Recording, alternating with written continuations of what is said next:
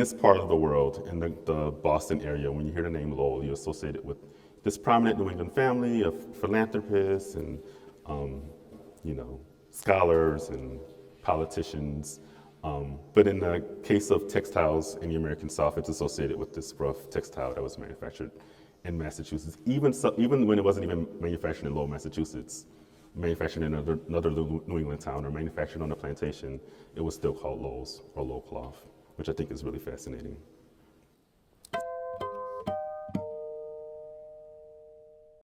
Good evening, everyone, and welcome to the Charles River Museum of Industry and Innovation. My name is Steve Guerrero. I'm the Director of Education here, and it's my honor to introduce this evening's Mill Talk. We're gathered here in our main gallery, which was once the power plant of the Boston Manufacturing Company. Here, Francis Cabot Lowell built the world's first modern factory in 1814, a cotton textile mill. It kicked off the Industrial Revolution at scale, and its success was replicated in mill towns across New England. We also know that the explosion in industrial cotton manufacturing led to increased demand on and for enslaved labor. That is an inextricable part of this story. Tonight's talk gives us more context for fully understanding the economy and social impact of commercial cotton in the early and mid-19th century. We are joined tonight by Dr. Jonathan Michael Square, Assistant Professor of Black Visual Culture at Parsons School of Design. He earned a PhD from New York University, an MA from the University of Texas at Austin, and a BA from Cornell. And it is my honor to invite Dr. Jonathan Michael Square to tonight's talk. Thank you.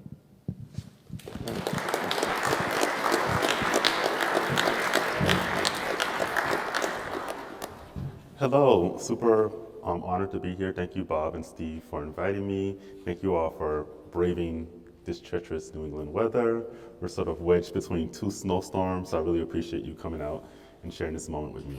I'm super excited to share this research with you all because I get a lot out of it. Every time I share my research with a new audience, there's always an interesting question or a source that I haven't considered or a way of thinking about the material.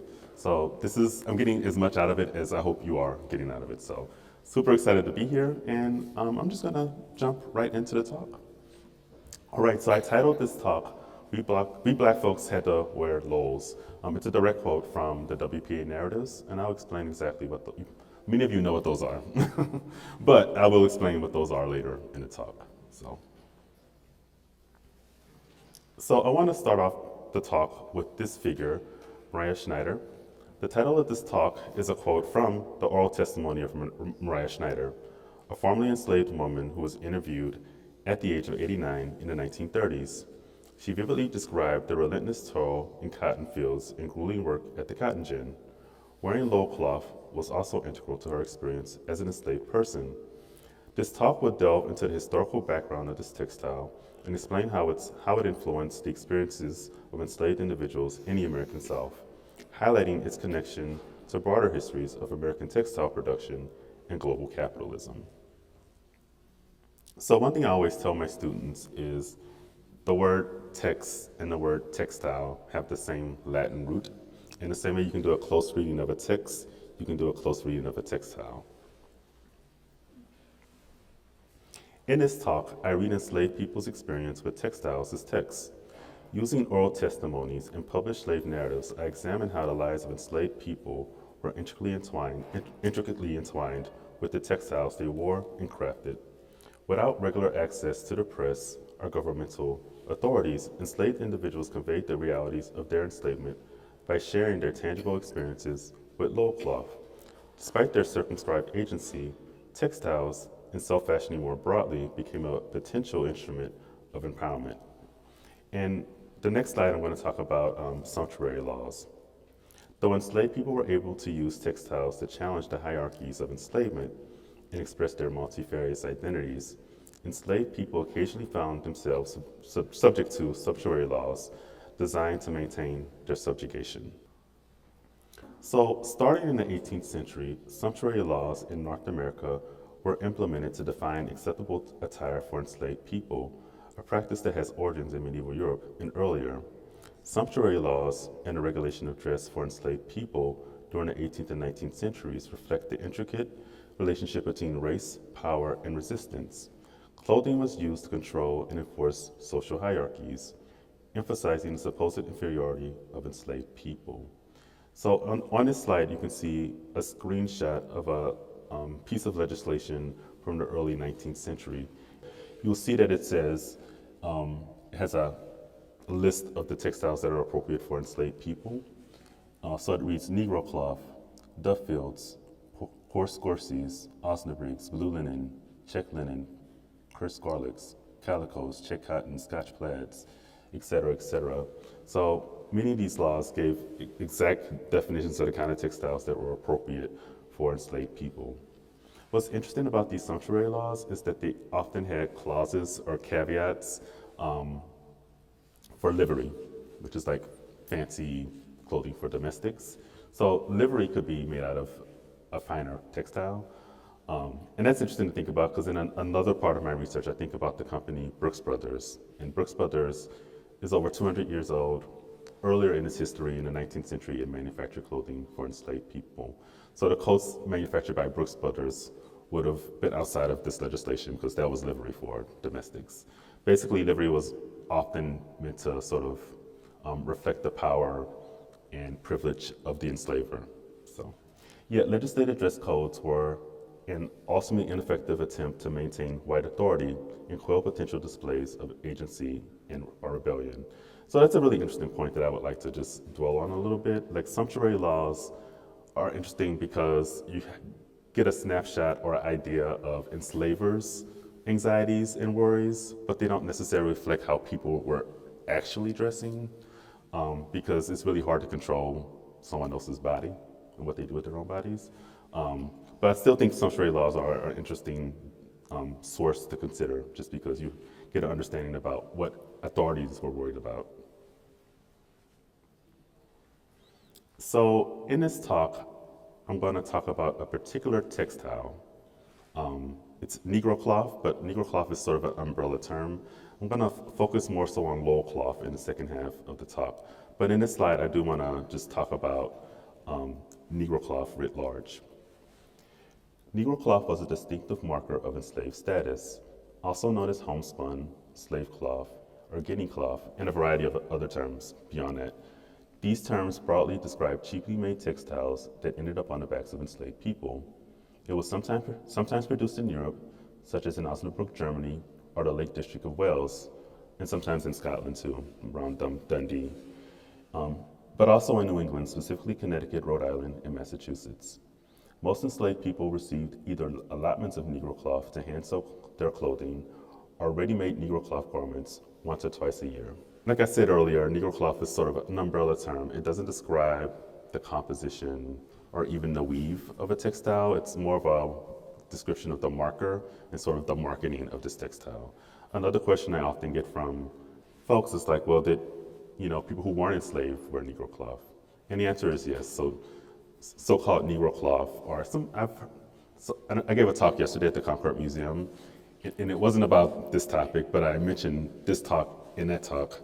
And one of the people there talked about Irish cloth, and Irish cloth was of the same quality as Negro cloth. It's just a messaging thing. So Negro cloth is like an umbrella term. But in this middle part of the talk, I want to focus on slave narratives in which enslaved individuals or formerly enslaved individuals make reference to Negro cloth.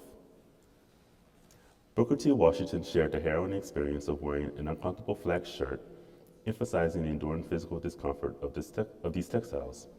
Harriet Jacobs emphasized the role of clothing in marking her identity as an enslaved person, and Frederick Douglass reported specific yearly allowances, highlighting the coarse hand of the clothing. So these are the three individuals that I just mentioned. Of course, that's Booker T. Washington on the left, Harriet Jacobs in the middle, and Frederick Douglass on the right. Negro cloth was durable at the cost of comfort. It was made to be long-lasting, given that enslaved people were allotted these textiles once or at most twice a year. Booker T. Washington included an especially long and harrowing description of wearing an unfinished linen shirt in his autobiography, Up From Slavery. And I just want to read this quote in its entirety because I think it's really interesting. The most trying ordeal that I was forced to endure as a slave boy, however, was the wearing of a flax shirt. In the portion of Virginia where I lived, it was common to use flax as part of the clothing for the slaves. That part of the flax was from which our clothing was made was largely the refuse, which of course was the cheapest and roughest part. I can scarcely imagine any torture except perhaps the pulling of a tooth that is equal to that caused by putting on a new flax shirt for the first time. That's quite a statement. One wouldn't necessarily assume that an enslaved boy's most trying ordeal would revolve around the comfort of his clothing. Yet this passage reveals the daily sartorial indignities that enslaved people were subjected to. The uncomfortable flax shirt from his childhood was a grisly reminder of his former status as an enslaved person.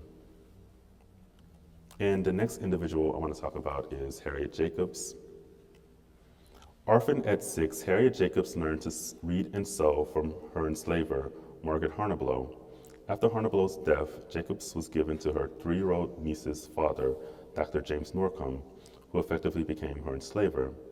Her time with the Norcoms was marked by neglect and mistreatment, illustrated by the linsey-woolsey dress she despised, considering it a symbol of her enslavement. So she writes, I have a vivid recollection of the linsey-woolsey dress given me every winter by Miss Flint. How I hated it. It was one of the badges of slavery. Linsey-woolsey is another textile that you often see in reference to enslaved people. Textile nomenclature is really tricky in the 18th and 19th centuries.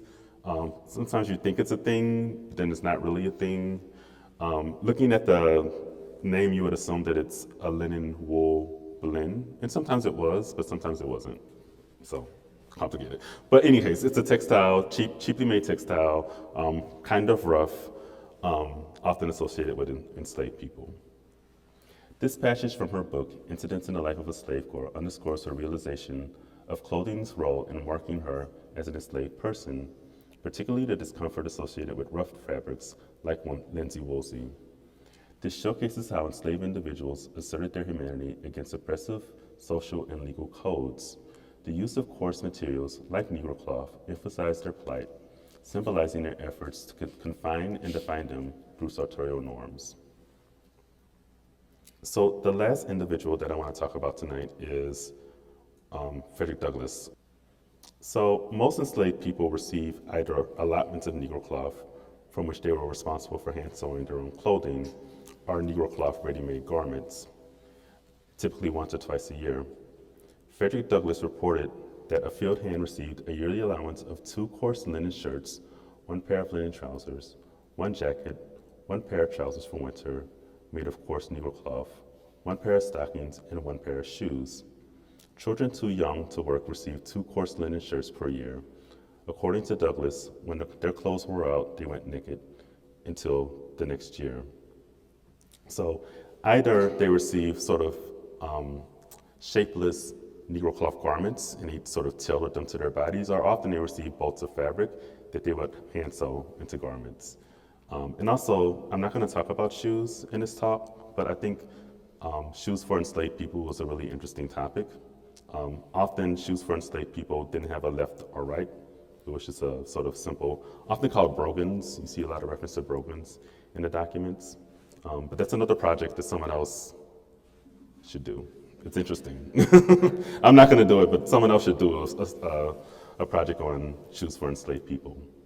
In any case, Frederick Douglass highlighted the limited clothing provisions for enslaved individuals, underscoring the connection between the history of textile production and the experiences of enslaved and formerly enslaved people. So the second half of this talk is going to focus on a specific type of Negro cloth that was manufactured not far from here, in Lowell, Massachusetts. And you see references to Lowell throughout documents, testimonies by formerly enslaved people. And so the rest of this talk is going to sort of uncover that history. Often when I give this talk, people are like, where is Lowell, Massachusetts? But you all know, because we're in the greater Boston area, so you don't need this slide. But often when I give this talk, people are confused exactly where Lowell, Massachusetts is, but we're sort of in the general area of Lowell. So These are my own research images from a research trip. Who's been to Lowell, by the way? Oh, okay. Just I can skip this slide too. Well, the remainder of this talk will focus on formerly enslaved people's recollections about Lowell cloth. Enslaved and formerly enslaved individuals refer to this textile as Lowell's or Lowell cloth, named after the city in Massachusetts where these fabrics were predominantly produced. Even when the textiles were manufactured elsewhere, they retained the name Lowell's, showcasing the prominence of this model of American industrialization. The city of Lowell was named after Francis Cabot Lowell, an industrialist and scion of the prominent Lowell family, who founded a successful textile mill in Waltham, Massachusetts, where we are right now. Though Francis Cabot Lowell passed away soon after, his model was replicated by shareholders in a city named after him, giving rise to Lowell, Massachusetts. The affordable textiles associated with textiles made in his namesake came to be known as Lowell's or Lowell cloth. And just a point that I make in this first paragraph that I think is really interesting, even when textiles were manufactured on plantations, they were still called Lowell's. So that name really stuck. It became sort of a proprietary eponym, like Kleenex or Band-Aids or Xerox. So. Again, preaching to the choir here, but the Lowells were known for their diverse members, including eminent figures such as poets Amy Lowell, James Russell Lowell, clergyman Charles Russell Lowell Sr., Robert Jill Spence Lowell, Civil War hero Charles Russell Lowell III, federal judge John Lowell, and the controversial Harvard University president A. Lawrence Lowell, whose great uncle was Francis Cabot Lowell. How many times can I say Lowell in one? I just think this is really interesting that, in this part of the world, in the Boston area, when you hear the name Lowell, you associate it with this prominent New England family of philanthropists and, scholars and politicians. But in the case of textiles in the American South, it's associated with this rough textile that was manufactured in Massachusetts. Even when it wasn't even manufactured in Lowell, Massachusetts, manufactured in another New England town or manufactured on a plantation, it was still called Lowell's or Lowell cloth, which I think is really fascinating. So this research is from a book manuscript that I'm in the process of editing. Not sure when it's coming out. Stay tuned on the front. But the majority of the chapter is sourced from the WPA narratives, which are interviews of formerly enslaved people that happened in the 1930s. So the WPA narratives. While exploring the historical significance of Lowell's and Lowell cloth, one illuminating source to address this inquiry is the WPA narratives, despite their pitfalls. The WPA narratives are a collection of interviews of formerly enslaved people compiled by the Works Progress Administration through the 1930s. However, it's important to acknowledge and navigate the challenges associated with these narratives. So they are rife with problems, including concerns about the accuracy of recollections from 60 years earlier, the use of white interviewers who were sometimes the sons and daughters of enslavers, grotesque transcriptions of Black speech patterns, and the illusion that the interviews were transcribed verbatim when they were heavily mediated.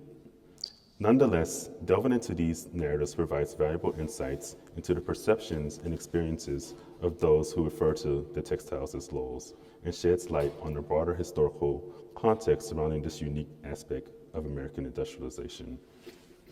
And just to repeat the point that I made in that paragraph, I think it's a really rich and important source. Like, this chapter is shaped around the WPA narratives, but we do have to read them critically. I think when you read them, you get the impression that you're getting a transcription of an interview. That's not exactly what they are. They were sort of shortened and clarified and made more authentic. One experience I had when I was reading one of the interviews is that I grew up in Louisiana, and looking at the speech patterns, I was like, something is kind of off here. This doesn't sound like how my great-grandmother, who was alive in the 1930s, might have spoken. And And I did a deep dive into like AAVE and like African American syntax, like things were added, things are changed and altered. So I think it's an important source. It's great, it's free, online, you can access it. It's not behind a paywall, but read them critically.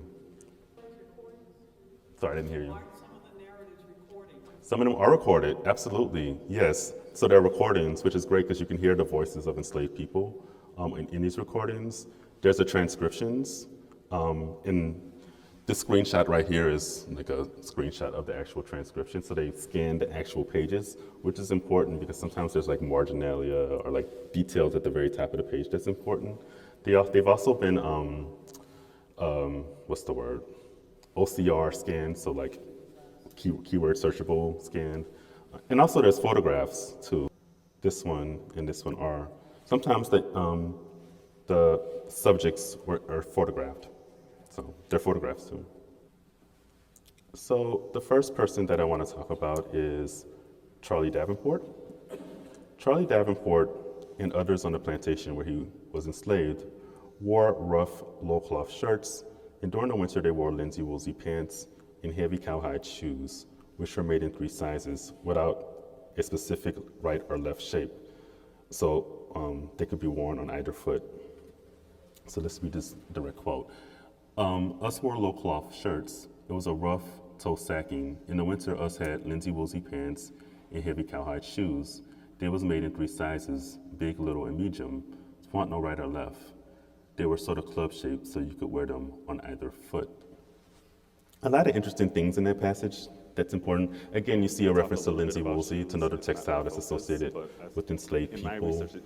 I talked a little bit about shoes. It's not my focus, but in my research, it comes up over and over again. Shoes for enslaved people were always uncomfortable. They're always described as being rough. And in many cases, particularly like in the Deep South or thinking outside of the US in the Caribbean or a place like Brazil, enslaved people didn't wear shoes, but in places like New England, we see the kind of weather we're having today, like you have to wear shoes, but enslaved people weren't given the best shoes.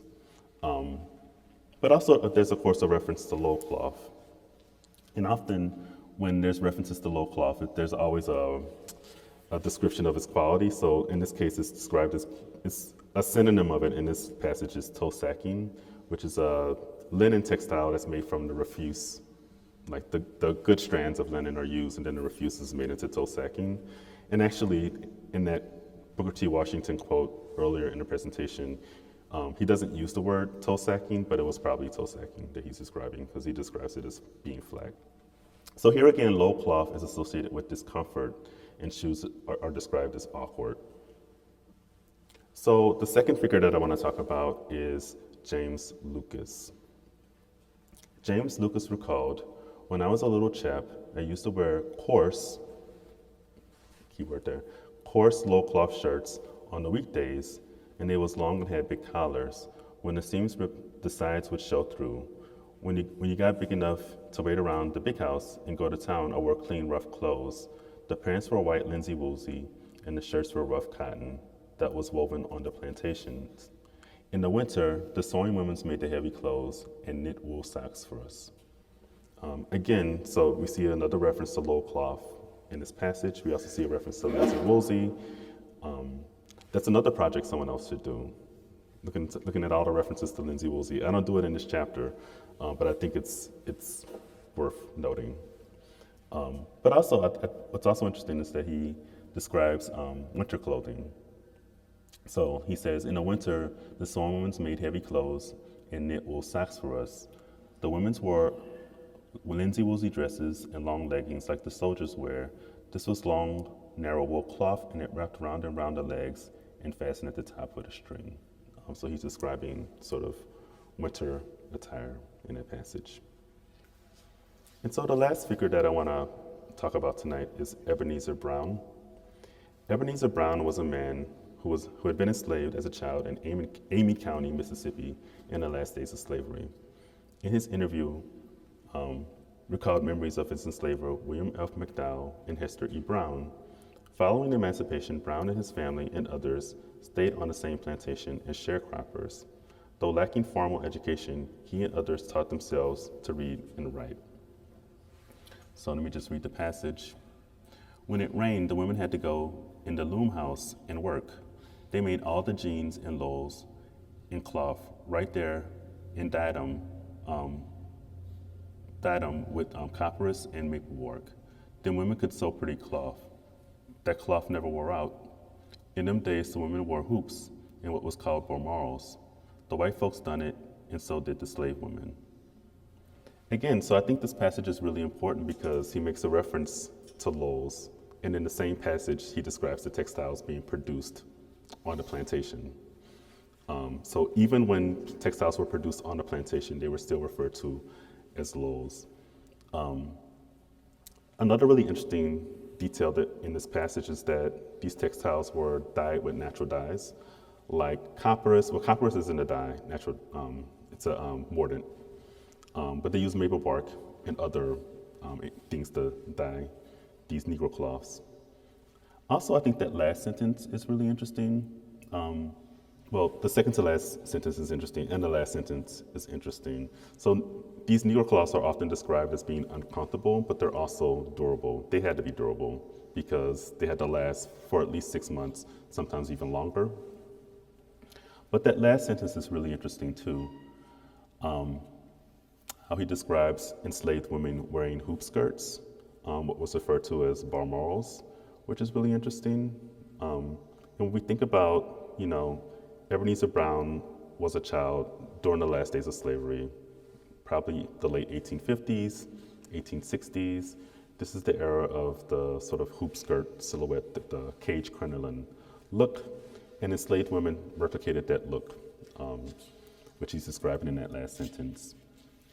So much so that there was a particular type of cage crinoline that was popular in the British Isles, amongst the British royal family who vacationed in Balmoral. So this type of shortened crinoline, cage crinoline, was called Balmorals. So I think it's interesting that this formerly enslaved man remembered this fashion trend from the 1860s and was able to recall it in the 1930s. It just shows the circulation of ideas about fashion, even amongst enslaved people in the mid-19th century. I'll just read that last sentence. In inclement weather, the women worked in a loom house, producing a variety of textiles on the plantation and transforming simple textiles into more vibrant fabrics using natural dyes and mordants. So in conclusion, these narratives highlight the profound connection between clothing and the identity of enslaved people, underscoring how textiles not only served as practical garments, but also markers of enslaved status. The discomfort of these textiles, like the garments described by Booker T. Washington, Harriet Jacobs, and Frederick Douglass, became symbolic of the daily challenges and sartorial indignities faced by enslaved people. Some Negro cloths, or better Lowell cloths, were produced in Lowell, Massachusetts, tying the experiences of enslaved individuals to a broader history of American textile production and global capitalism. So I'm going to get in there. Feel free to give me a follow. I'm a big proponent of social media. I share a lot of my research on Instagram and Facebook, less so on Twitter these days. But yeah, thank you so much.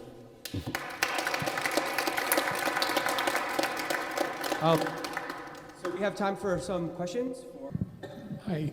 I was just wondering how long these kinds of textiles persisted after the end of slavery.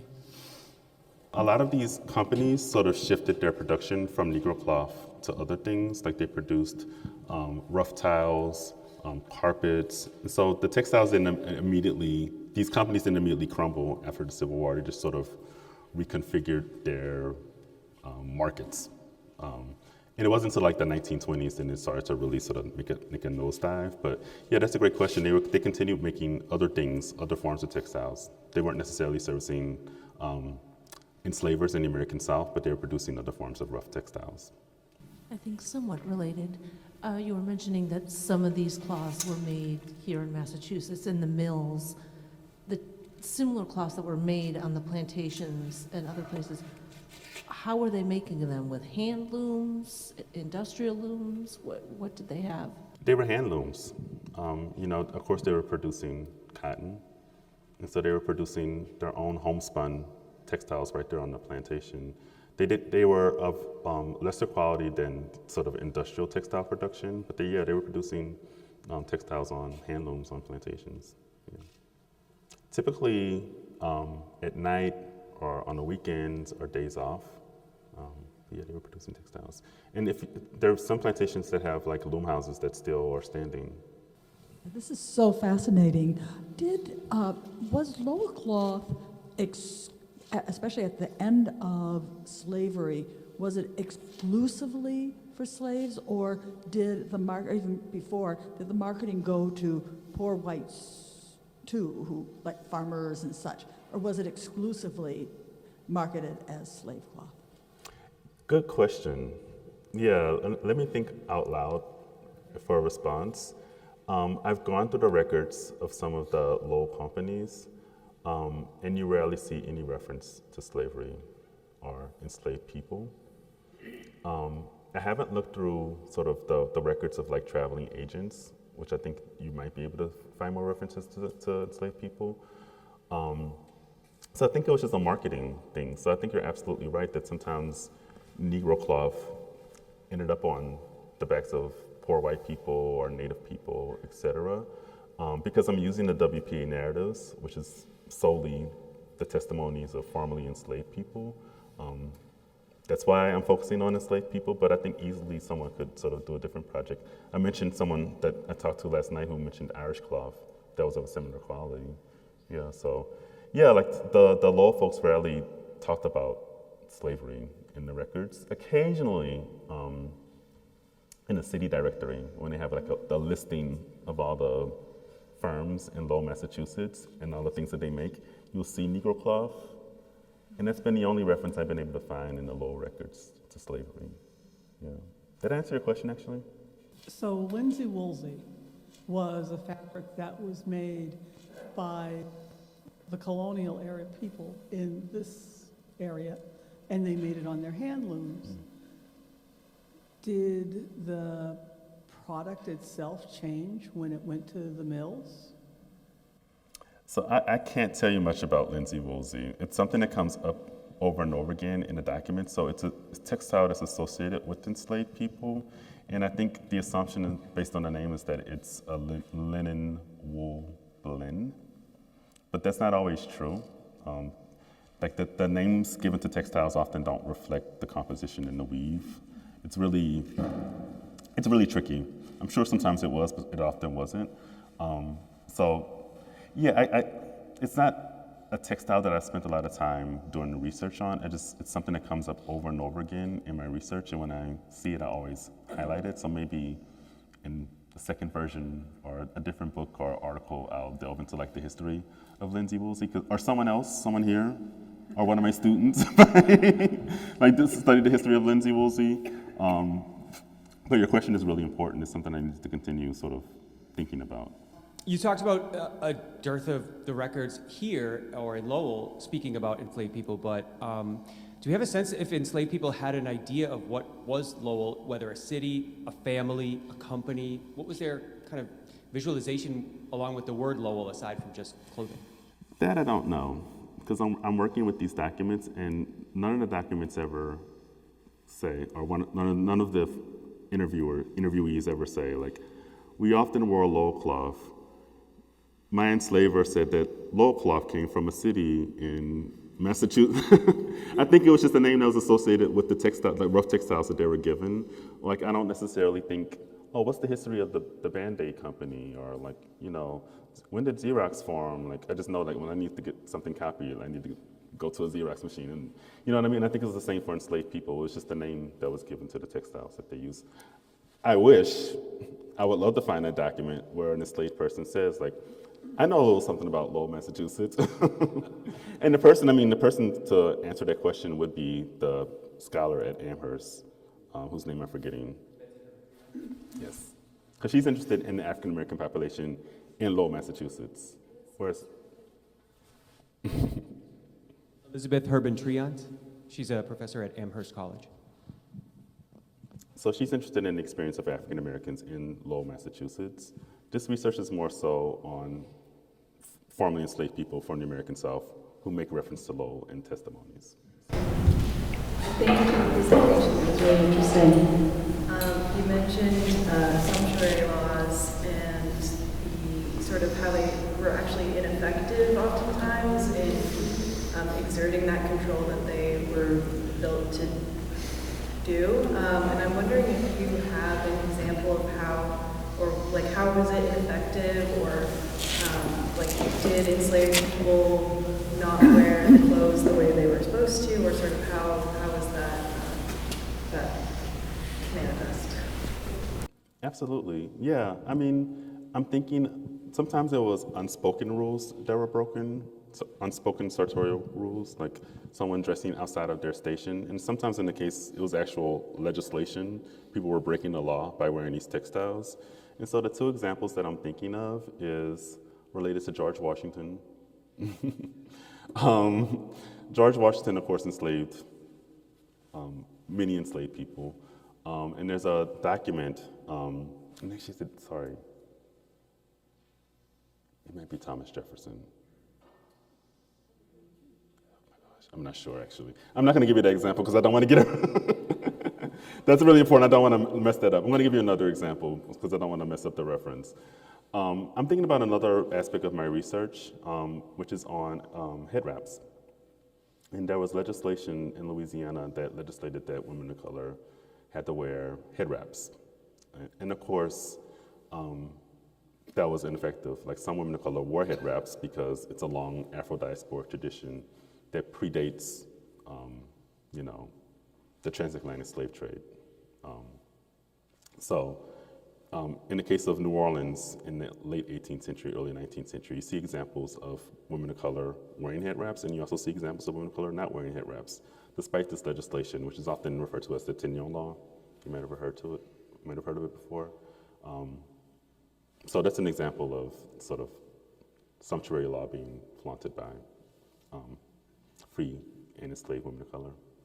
A related question, which is, I think, outside the scope of your particular research, but this conversation is making me wonder whether you know or whether the narratives reflect that after the Civil War and during Reconstruction and thereafter, like formerly enslaved people, you know, would have seen the clothing they had been forced to wear as a sign of their enslavement, like as you described, whether they reflect or you know anything about how their clothing changed during Reconstruction and after that. Yeah, I mean, it's a moment where African Americans had full control over their self-presentation. Most enslaved people had some control over their self-presentation. It's rare that, you know, every single thing that an enslaved person was wearing at every single moment of their life was dictated by their enslaver. So it was always a negotiation during the era of slavery. But of course, in the Reconstruction area, formerly enslaved people, had full control over their self-presentation. So you see more examples of people expressing their individuality, taking pleasure in their own bodies, buying fine clothing. It's a marker of that transition from being enslaved to a free person. So absolutely. And you see it in photography. If you look at photography in the late 19th century of formerly enslaved people, they sort of express their freedom sartorially through their self-presentation.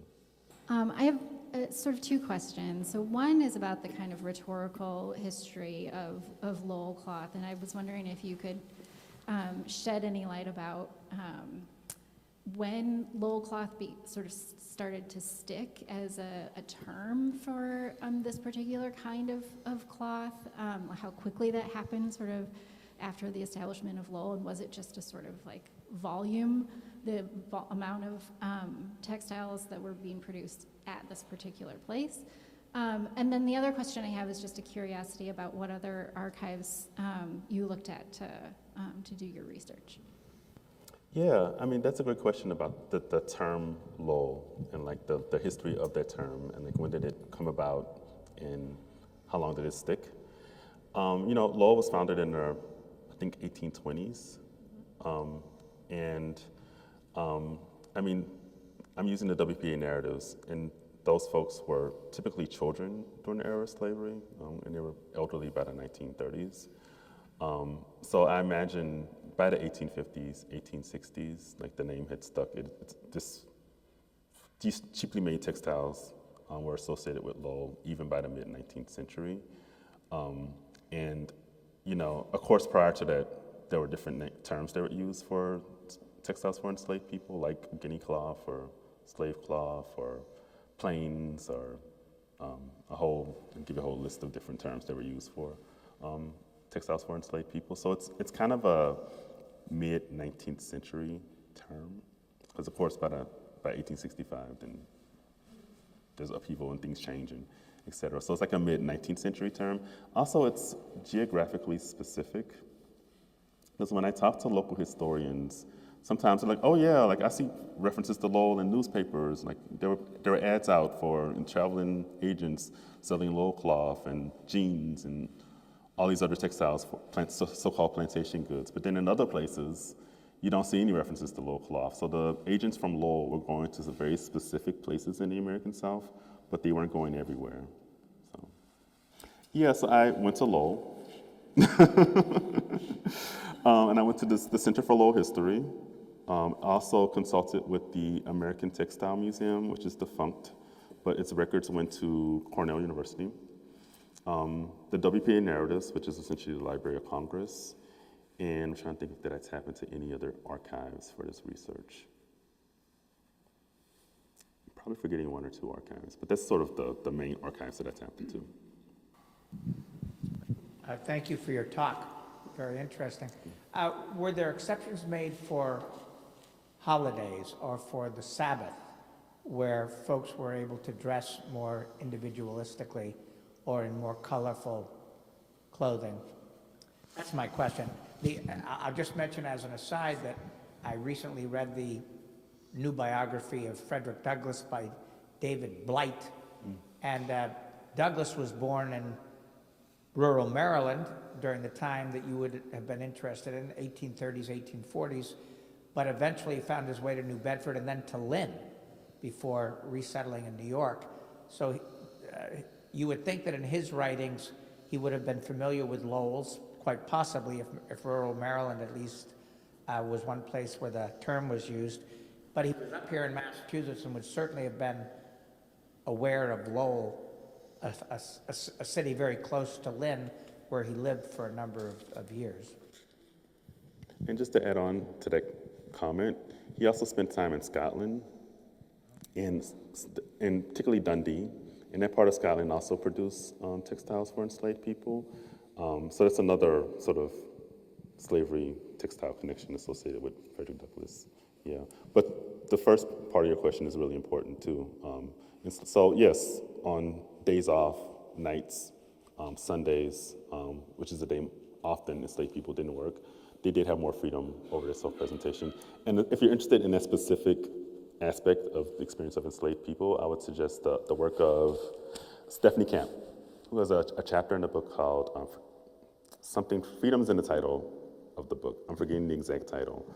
But she has a chapter in that book about parties that enslaved people would throw on the margins of plantation grounds on days off. And they describe sometimes borrowing their enslavers' clothing or like putting outfits aside to wear to these parties. So absolutely.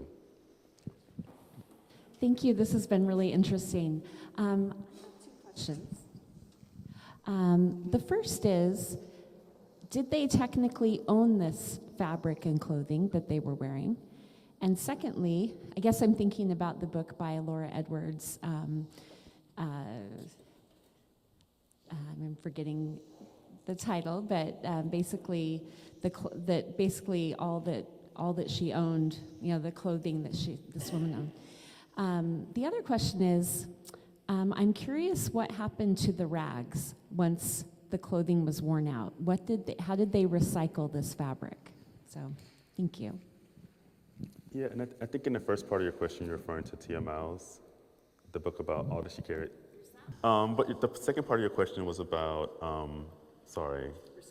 Recycling, thank you. Yes, absolutely. I mean, this is the 19th century. Textiles are really expensive. So, there was no Zara or H&M when clothing was unwearable. it was recycled and turned into something else. So Paper making was very dependent on rags that they cleaned and pulped and turned into quality paper, which was acid-free. Absolutely. So that's one way, the rag trade. So used for paper. Sometimes it was recycled into quilting. But yeah, clothing wasn't just simply thrown away. It was valuable. And you know, one of my goals in life is at some point, not now because I'm too busy, but to curate an exhibition of clothing worn by enslaved people. And there aren't innumerable exemplars, but you know, there's examples dotted here and there across collections across the country. But I mean, this clothing was worn out. And when it was worn out, it was used for turned into a rag or turned into paper or made into a quilt. Or I think about the scene from Beloved where she's getting married and she has to sort of make a wedding dress. So she grabs a rag from this and then turns a dish rag and makes a wedding dress. Like, textiles were very valuable and they were recycled and reused and sort of worn out. And that's one of the reasons why there aren't many examples of clothing worn by enslaved people in museum collections, because they were used. And then once they were used, they weren't considered valuable and museums weren't collecting them. So it's only either it was forgotten about. Like, I'm thinking of a pair of jeans that was found in a farmer sharecropper's cabin in North Carolina, but someone forgot them and someone discovered them in the 20th century. Or there was some degree of affect between, or some perceived affect between an enslaver and an enslaved person, and they held on to something because they felt some sentimentality towards this formerly enslaved person. So those are the two reasons why things used or worn by enslaved people are preserved in museum collections. Thank you for the wonderful discussion. You mentioned several examples in the WPA statements of people saying, oh, I wore Lowell's and they were very uncomfortable.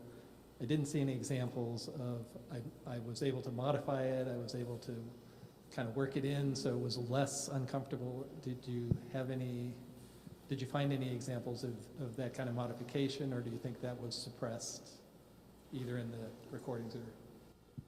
I think the example that I would point out is the Booker T. Washington references. But he doesn't say specifically Lowell cloth. He's talking about flax or like tow.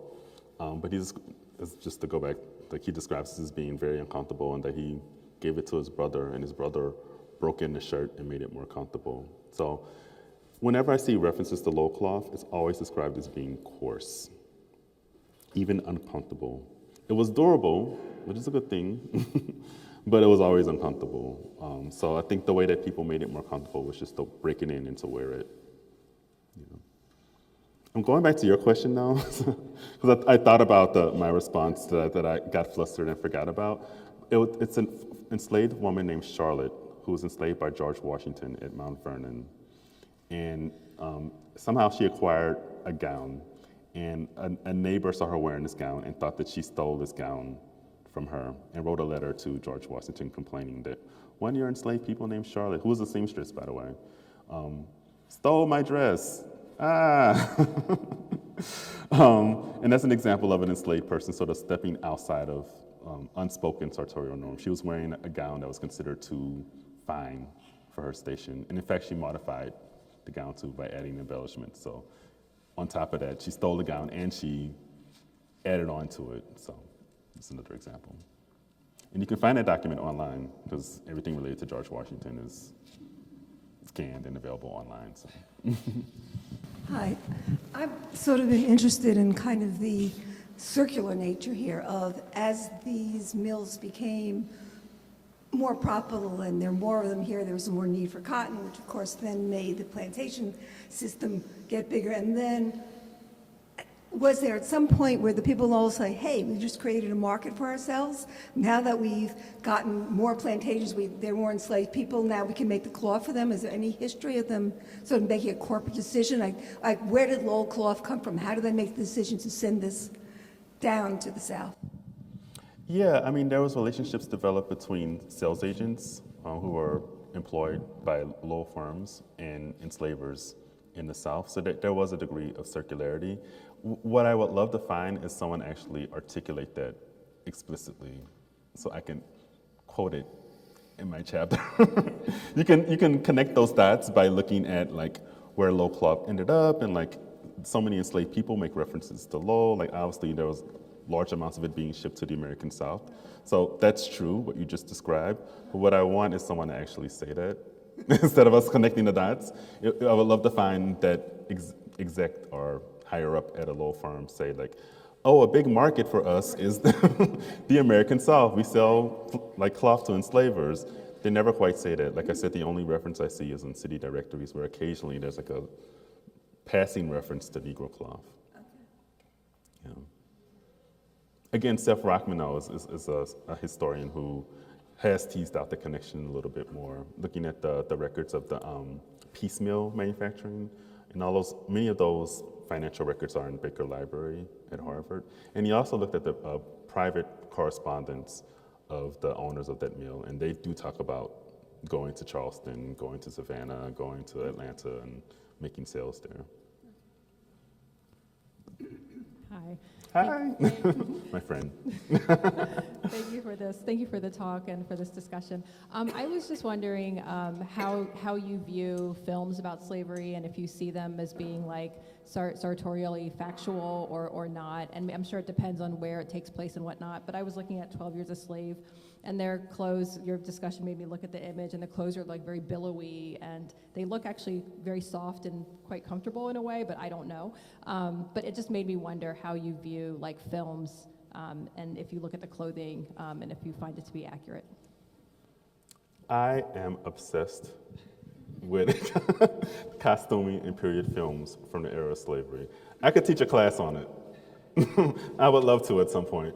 So yeah, 12 Years a Slave is a really great example. The costumer for that film is Patricia Davis, and she did a lot of important research, thinking about like what Lupita Nyong'o was wearing, what like all the characters are wearing.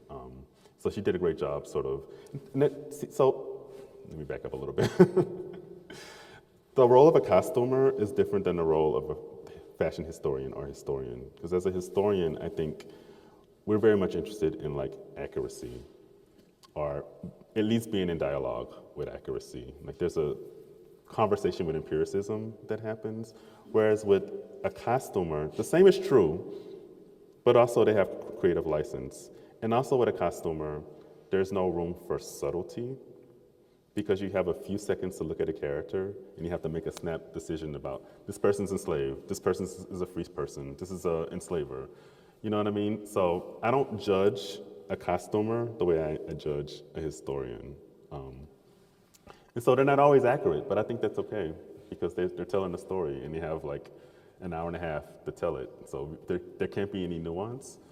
You know, when you have a novel, you have pages and pages to like develop a character, or, you know, if historical figure, then you have all these documents and all these details about their life to sort of come up with an ideal about them. But with a costumer, it has to be sort of an immediate sort of visual story that's being told. That said, like, I'm still obsessed with costumers. Like, I just think it's a really interesting profession.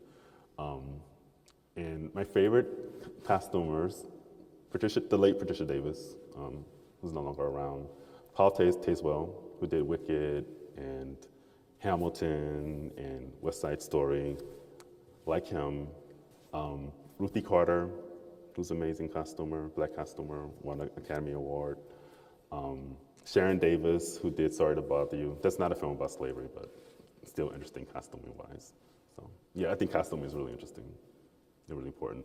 Films, I would say, Beloved. I think the costuming in Beloved is really interesting. I forget who did the costuming for Beloved. The Roots reboot, I think is really interesting, thinking about costuming. What else? 12 Years a Slave, yeah. When you say uncomfortable, there's definitely a tactile piece of it. Should we think something like stiff like canvas, rough like burlap, something like duck cloth? How would that kind of feel in your hand when you first got a Lowell cloth? Yeah, I I think that's the right analogy. I think burlap is probably the closest thing. You know, I reached out to a costumer who had some low Negro cloth. And when I got it, it felt a little too soft. I think now we're used to places like Restoration Hardware and like these places that sort of play around with this like agricultural past. And so there's these burlappy textiles, but they don't quite get at it because they're still sort of broken in and soft. Like when people describe them, they describe them as being scratchy and uncomfortable and needing to be broken in. So these are really rough and uncomfortable textiles, and there is that sort of uncomfortable tactile experience of wearing them. The specific thing that makes me come up is prison wear now, and the idea of how we dress prisoners, and we have a certain vision for people with black and white stripes, but we don't have a name for that cloth, to my knowledge. And what you're describing is basically functional cloth that marks someone for their station and their status. So, sorry, I lost my thought. No, it's funny that you bring up denim. No, I think that's another interesting textile, thinking about textiles manufactured for, I won't say only enslaved people. Of course, enslaved people did wear denim, but other laborers, other working class individuals, whether they were white, native, or black, or other. But yes, enslaved people wore often jeans, like in this, there's a reference to jeans somewhere in this talk. In any case, there is a reference to jeans. Here it is, in the second line. They made all the jeans in Lowell's. So denim was worn by enslaved people, so I think you're right to make that sort of connection between Lowell cloth and denim. And also the second part of your question was about prison. Yeah, it's funny you brought that up because I gave a talk at UGA, and the person who invited me was like, oh, like we have something in our collection that is relevant to your research. And when she pulled it out, I looked at it and I was like, I think this actually might be a prisoner's uniform and not a garment worn by an enslaved person, because just the way it was shaped, like it had a number on it. It didn't have the stripes like you're describing, but I think you're also right to make a connection between clothing worn by prisoners, particularly in a place like Georgia, because many of those prisoners would have been formerly enslaved, or at least people of African descent. So, yeah, two important references that you made there. You know, you started off with an association between a place, Lowell, Mass., and the cloth, but are you also suggesting that the word morphed so that Lowell might have simply become a synonym for coarse, and anything that was coarse was called a Lowell without any reference to where it was made? In short, yes. But I think that Lowell had such a lock on the market that even when textiles weren't made in Lowell, Massachusetts, people associated the name with the textile.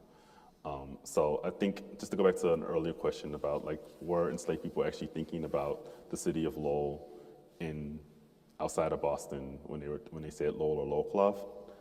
I suspect they weren't, but I do think it's important that the name, that something that was happening in Lowell got attached to this type of textile, and the name stuck, to the point that when people were interviewed in the 1930s, over and over again, they say, we wore Lowell cloth, we wore Lowell's, the name stuck. Not only did this, these folks were in their 80s and 90s when they were being interviewed, and the fact that they remembered the name of a textile is really, I think is noteworthy. I'm reminded in Collinsville, Connecticut is a manufacturing plant that made some of the first machetes sold all over South America, which was a pretty essential tool for traversing the jungles. But in a visit to that facility, which is, they said all over South America, the machete just got to be called a Collin for Collinsville manufactured machete. It just became like the Kleenex or Xerox. But my other question, are you familiar with the term muslin? And is that interchangeable with the Negro cloth type And does that word go back that far? I visited the loom room the Park Service has in Lowell, and I think I heard the term muslin being used as a coarse cotton fabric that was sold to the South, manufactured from cotton that was grown there and shipped north.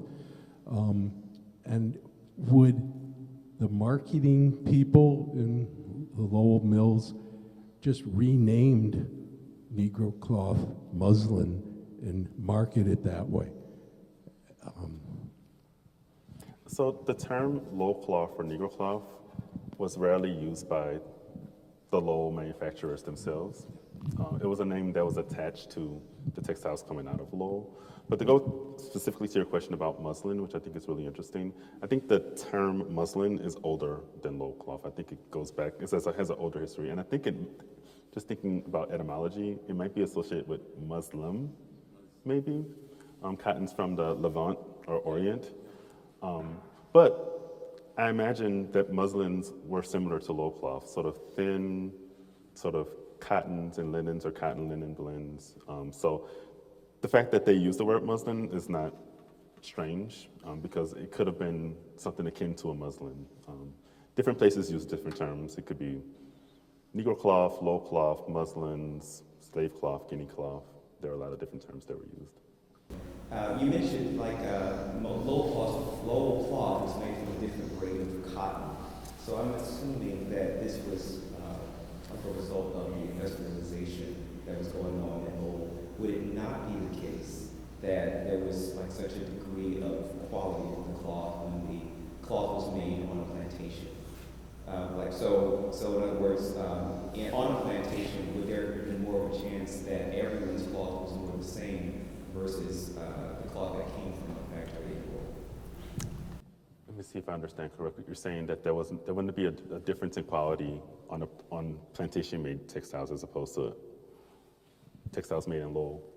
I guess I'm working with the assumption that because they were separating out the different grades of cotton, and that was kind of where I was going to begin with, like, did that separation come about because of the industrialization of the textile, or was this just kind of happenstance? So if it came about from industrialization, assuming that Lowell cloth would have been a thing because now we use this grade of cotton for this cloth and we use better grades of cotton for the other cloth, or was that just not even really kind of the logic that was going on? So you're saying they weren't necessarily thinking about manufacturing textiles for enslaved people, they were just thinking about quality, right? Yeah, I mean, I think they were responding to a market. Yeah, and so enslavers needed to clothe enslaved people. And so in certain places in the American South, not everywhere, but in certain places that had developed relationships with Lowell agents, they, for a number of decades, got their cloth from Lowell, Massachusetts.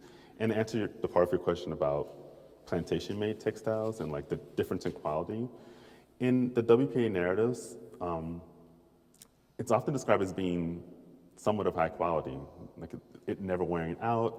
And I think, these textiles were still rough. They didn't have access to the equipment and dyes and like things to soften the textiles. They were still rough, but I think what people are responding to is that they were made with care.